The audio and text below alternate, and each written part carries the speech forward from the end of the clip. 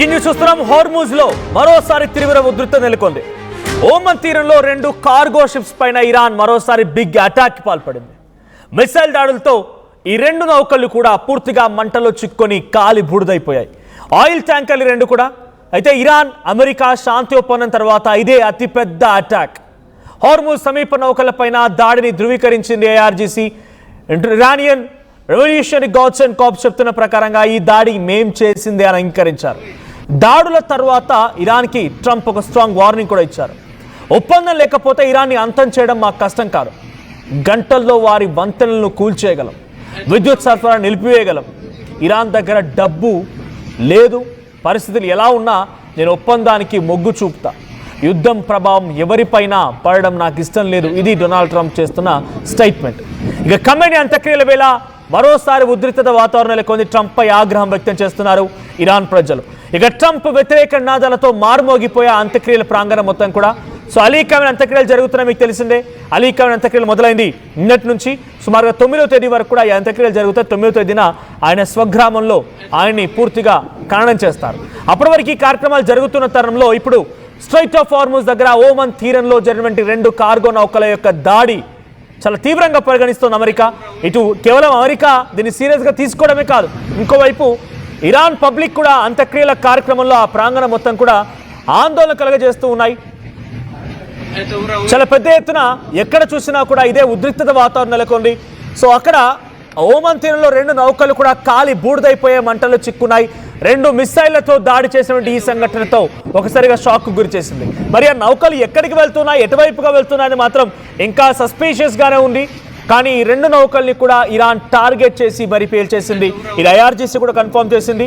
ఒకసారి దీనిపై Donald Trump మాట్లాడుకొచ్చారు. ఆయన ఏం మాట్లాడారో చూద్దాం. We can knock out their energy supply, all of those big plants that they built, big, beautiful, modern plants. They had a lot of money. They don't have any money now. We haven't given them any money. But we can knock out their electricity and power generating plants in, I would say, a small part of an afternoon. Every plant will be gone. And they know that. They know that. Close to maybe making a deal. I don't know. We'll make either. Look, we're going to win one way or the other. We're either going to make a deal or we're going to finish the job. Okay? And it won't be tough to finish the job. I'd rather make a deal because I don't want to affect 91 million people. We can knock down their bridges in 1 hour. We can knock out their energy supply, all of those big plants that they built, big, beautiful, modern plants. They had a lot of money. They don't have any money now.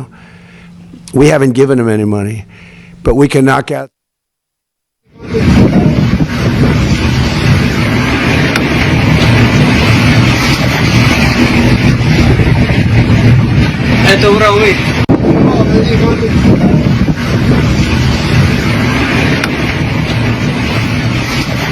But ఇది Donald Trump చేసిన statement. ఆయన ఏమంటున్నారు? నిజంగా యుద్ధాన్ని కోరుకోవడం లేదు, ఆపాలనే చూస్తున్నాను. యుద్ధం చేయాల్సి వస్తే వాళ్ళ విద్యుత్ కేంద్రాలని, వాళ్ళ దగ్గర ఉన్నటువంటి బిగ్గెస్ట్ సప్లైస్ని, వంతెనల్ని అన్నిటి కూడా కూల్చేయగలం. ఇట్టే క్షణాల్లోనే కూల్చేయగలుగుతాం. కానీ మాకు కావాల్సిన యుద్ధం ఆగిపోవడం. ఇది శాంతి చర్చలకు సంబంధించినటువంటి ఆ చర్చలు జరుగుతున్న అటాక్ తర్వాత Donald Trump reaction. Donald Trump ఏం చెప్తున్నారు? చాలా క్లియర్గా అంటున్నారు ఆయన, యుద్ధం కాదు మాకు కావాల్సింది శాంతి, శాంతి కోరుకుంటున్నాము. ఇది ఆయన చేస్తున్న స్టేట్మెంట్. సో మొన్నటి వరకు డొనాల్డ్ ట్రంప్ ఏ చిన్న అటాక్ జరిగినా కూడా ఇరాన్ని అంతమొందిస్తాం, ఇరాన్ అంతు తేలుస్తాం, ఇరాన్ సంగతి చెప్తామని చెప్పి వార్నింగ్ ఇచ్చే వ్యక్తి ఇప్పుడు ఈ మాటల ద్వారా మాత్రం కాస్త తగ్గాడు, ఆ తగ్గుముఖం పెట్టాడు. ఇకపై ఆయనకి ఇంటర్నల్గా అక్కడ అమెరికాలో కూడా అనేక రకాల వ్యతిరేకతలు వస్తూ ఉన్నాయి. ప్రపంచవ్యాప్తంగా కూడా ఈ అటాక్ నేపథ్యంలో చాలా విపరీతమైన నెగిటివిటీ వస్తూ ఉంది. సో ఈ నెగిటివిటీ నుంచి తనని తాను రక్షించుకోవాలనుకున్నాడో ఏమో, కానీ అందుకే ఆయన యుద్ధం ఆగిపోవడం మాకు కావాలి, యుద్ధం జరగడం కాదు, అందుకే నేను అటాక్ చేయలేదు. నేను నిజంగానే అటాక్ చేయాలి, ఇరాన్ని అంతమొందించాలనుకుంటే నాకు క్షణాల్లో పని, చిటికేసినంత ఈజీగా నేను వంతెనల్ని, విద్యుత్ కేంద్రాలని, అక్కడ జరిగేటువంటి ట్రాన్సిట్ని మొత్తాన్ని కూడా ఆపివేయగలుగుతానని చెప్పి డొనాల్డ్ ట్రంప్ మాట్లాడుతున్నారు. సో నేను స్ట్రైట్ ఆఫ్ హార్మూజ్ దగ్గర ఓమన్కి సమీపంగా 2 నౌకలు ఒకదాని వెంట ఒకటి వస్తున్న సమయంలో ఒకసారిగా భారీ అటాక్ జరిగింది. తమ మిసైళ్లతోని విరుచుకుపడింది ఐఆర్జీసీ. ఆ మిసైళ్లు కాస్త ఆ 2 నౌకల్ని కూడా పూర్తిగా కాలి బూడిద చేశాయి. సో ఇక్కడ క్యాజువాలిటీస్ విషయానికి వస్తే, అంటే ఏదైనా మరణాలు ఉన్నాయా అనే విషయం కనుక చూస్తే ఎటువంటి మరణాలు సంభవించలేదు, కానీ ఈ అటాక్లో 2 నౌకలు కూడా పూర్తిగా ఆయిల్ ట్యాంకర్లు పూర్తిగా దగ్ధమైపోయాయి, మంటల్లో చిక్కొని పూర్తిగా కాలి బూడిదైపోయాయి. సో అక్కడ జరిగేటువంటి అటాక్స్కి ఇప్పుడు ఏ దేశము రియాక్ట్ అవ్వలేదు, బికాజ్ ఇప్పటివరకు ఈ నౌకలు ఏ దేశానికి సంబంధించినవి ఎక్కడ ట్రాన్సిట్ అవుతున్నాయి అనేది క్వశ్చన్ మార్క్గా ఉంది కాబట్టి ఇంకా ఎవరు రియాక్ట్ అవ్వలేదు. మరి ఈ నౌకలు ఎక్కడికి వెళ్తున్నాయి, ఆ దేశం యొక్క రియాక్షన్ ఏంటి అనేది కూడా చూడాల్సిన అవసరం అయితే ఉంది. But straight of Hormuz free open అనేది ఇంకా కొనసాగడం లేదు. ఇది ఇంకా స్ట్రైట్ ఆఫ్ హార్ముజ్ కంప్లీట్గా ఇరాన్ చెప్పు చేతుల్లో ఇరాన్కి కంట్రోల్లోనే లాక్ చేసి పెట్టి ఉందనేది దానికి ఒక నిదర్శనంగా ఇప్పుడు జరిగిన అటాక్గా చూడాలి. ఇంకోవైపు అలీ ఖమేనీ అంత్యక్రియలు జరుగుతూ ఉన్నాయి. ఫిబ్రవరి 27న చనిపోయారు ఆయన, కానీ అప్పటి నుంచి ఇప్పటివరకు అంత్యక్రియలు జరగలేదు ఇంకా. సో అంత్యక్రియలు మొదలయ్యాయి. నిన్న సాయంత్రం నుంచి అంత్యక్రియలకు సంబంధించి ఆ ప్రాంగణం కానీ ర్యాలీగా దేశమంతటా ఆయన చనిపోయినందుకు కానీ నివాళులర్పిస్తూ ఆయన యాత్ర చేస్తూ ఉంటారు. సో ఆ సమయంలో అక్కడ దేశస్తులు మొత్తం కూడా, ఇరానియన్స్ మొత్తం కూడా అమెరికా డొనాల్డ్ ట్రంప్ని చంపేయాలి అనే రకంగా వాళ్ళంతా నినాదాలు చేస్తున్నారు. డొనాల్డ్ ట్రంప్ని చంపేయాలి నినాదాలు చేస్తున్నారు. ఒకసారి ఇరాన్లో అంత్యక్రియల సమయంలో ఆ ప్రాంగణంలో ఎటువంటి నినాదాలు కొనసాగుతున్నాయి ఒకసారి ఆ వీడియో కూడా చూద్దాం.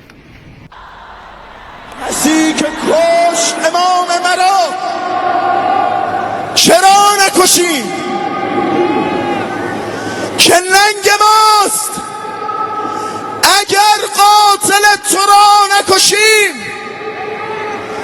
از این به بعد کفن جای جام بر تن ماست قسم به خون تو قتل ترامپ گردن ماست. అలీ ఖమేనీని అంతమొందించిన వాళ్ళు వదిలే ప్రసక్తే లేదు. మా నాయకుడి చావును చూసిన వారి చావును కూడా చూడాల్సిందే.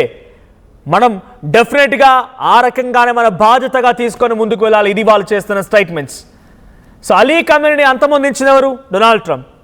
డొనాల్డ్ ట్రంప్ యొక్క చావు చూసేంత వరకు వదిలిపెట్టమనేది ఇరానియన్స్ తన ఆవేదనతో, ఆక్రోశంతో, ఆగ్రహంతో మాట్లాడుతున్న మాటలు అని కూడా. ఇవన్నీ జరుగుతుంది ఎక్కడో కాదు, ఆయన అంత్యక్రియల కార్యక్రమాల్లో వరుసగా ఆ దేశం అంతటా జరుగుతున్న నివాళి కార్యక్రమాల్లో ఈ నినాదాలు కొనసాగుతూ ఉన్నాయి. సో నిజంగానే డొనాల్డ్ ట్రంప్ మీద ఇరాన్ చేయగలుగుతుందా అంటే అంతటి సామర్థ్యం, అంతటి శక్తి సామర్థ్యాలు అయితే ఇరాన్ దగ్గర లేవు. కానీ కార్నర్ మాత్రం చేయగలుగుతుంది. ఎలా కార్నర్ చేస్తోంది? స్ట్రైట్ ఆఫ్ హార్ముజ్ని మొత్తాన్ని తమ కంట్రోల్లో పెట్టుకొని అటువైపుగా నౌకలు రానివ్వకుండా రాకపోకలకు ఇబ్బంది కలిగిస్తూ అందరూ కూడా డొనాల్డ్ ట్రంప్ వైపుగా వేలెత్తి చూపించే విధంగా ఒక కార్నర్ మాత్రం చేయగలుగుతోంది. గల్ఫ్పై అటాక్స్ చేస్తూ, గల్ఫ్ కంట్రీస్పై అటాక్ చేస్తూ సౌదీ, కువైట్, బైరాన్, బనామా, ఖతార్, యుఏఈ దేశాలు వీటన్నిటిపై అటాక్ చేస్తూ వరుసగా డొనాల్డ్ ట్రంప్ని మాత్రం ఇరకాటంలో పెట్టేందుకు ఇరాన్ ప్రయత్నం చేస్తోంది. సో ఇరాన్లో ఒకవైపు డొనాల్డ్ ట్రంప్కి శిక్ష వేయాలనే నినాదాలు, ఇంకోవైపు స్ట్రైట్ ఆఫ్ హార్ముజ్ దగ్గర ఆ నౌకలు పేలిపోయేటువంటి సిచ్యువేషన్లు ఇవన్నీ చూస్తున్న తర్వాత డొనాల్డ్ ట్రంప్ కొన్ని సీరియస్ అవుతారేమో అని అంతా భావించారు. కానీ డొనాల్డ్ ట్రంప్ మాత్రం మేము శాంతిని కోరుకుంటున్నాం, మాకు కావాల్సింది శాంతి, మేము నిజంగా తలుచుకుంటే క్షణాల్లోనే అక్కడి పరిస్థితి మొత్తం తారుమారు చేయగలుగుతాం, కానీ మాకు కావాల్సింది పీస్. సో మేము పీస్కి కట్టుబడి ఉన్నామని చెప్పి డొనాల్డ్ ట్రంప్ అంటున్నారు. సో మీకేమనిపిస్తుంది? ట్రంప్ నిజంగానే పీస్కి కట్టుబడి ఉన్నాడు అనుకుంటున్నారా? లేదు, ఇంటర్నల్గా తన దేశంలో వచ్చేటువంటి వ్యతిరేకత, అక్కడ ఈయనకు డైరెక్ట్గా ఓటింగ్ పెడితే కూడా ఆయనకు యాంటీగా పోల్లు పడ్డాయి, ఆయనకు యాంటీగా ఓటింగ్స్ పడ్డాయి అంటేనే అర్థం చేసుకోండి అక్కడ ఏ స్థాయిలో ఆయనకు వ్యతిరేకత దేశంలో కూడా ఎదురైంది అనేది. వీటన్నిటి నేపథ్యంలో భయపడిపోయి వెనక్కి తగ్గాడా? మీకేమనిపిస్తోంది? కామెంట్ చేయండి.